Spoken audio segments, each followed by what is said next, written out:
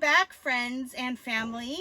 I hope you're all doing well, and we are enjoying a wonderful, bright, sunny day here on Pacific Northwest. Here in the greenhouse, it's about 70 degrees.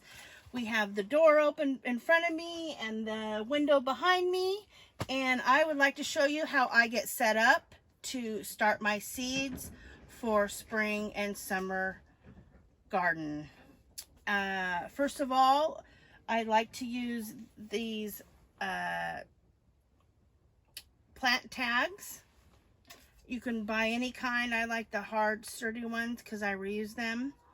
And then a permanent garden marker, and it doesn't fade like a Sharpie will. And for my seed packets, I use, I'll give an example right here. This is the Hungarian hot wax packet, and I'll use blue painter's tape. So when I open my packet, I can use the painter's tape to reclose it. And it's simple to get in and out of, and it doesn't, you can just go like that. Pretty simple. The pots I like to use a larger 4x4 pot. I like to start my peppers and my tomatoes in these. I have them cleaned out. And off over here to my left, I already have some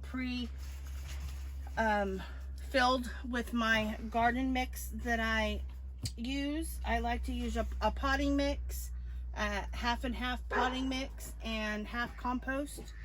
And I use a wire basket I get at the dollar store. I got at the dollar store, and I sift it, and most of all the larger chunks come out. And then I just add a young plants fertilizer to that. You don't need to do that, but I like to do that.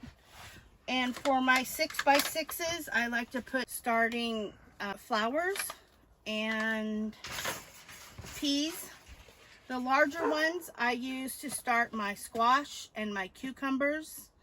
The reason being is that it's a larger 1-gallon container. I have round and I have square, and it's a little early to put those plants outside, to start them outside in the ground. It's a little too cool, but I can get a head start of them here in the greenhouse. It's a lot larger plant by the time I get it ready to put out, and it doesn't disturb the roots as much when it's in a larger container. And I find that they do better than buying starts that are in a 6-pack or a little 4-inch pot. And then off to my right, I have my watering container. I'll water the plants when I'm done.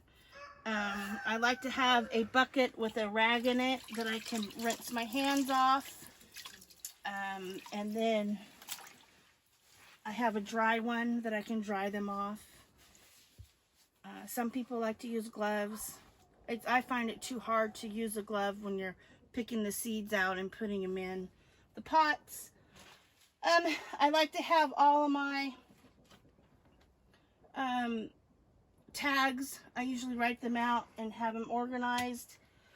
And I do have a spray bottle with water in it in case I want to use that instead for the top.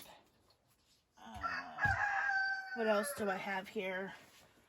Oh, I have a Victorinox knife that I'm going to use. I'm going to cut my potatoes and get them ready to start hardening off and chitting out. And I didn't get everything written down in the book yet, but we laid everything out on the table, took a picture of them, and so it'll be documented in the future if I need to look back and see when I started the seeds. And then I can just look through that and write them down in my book, my journal. And that's about all for my general seed starting setup. So thank you guys, and I will see you on the next video.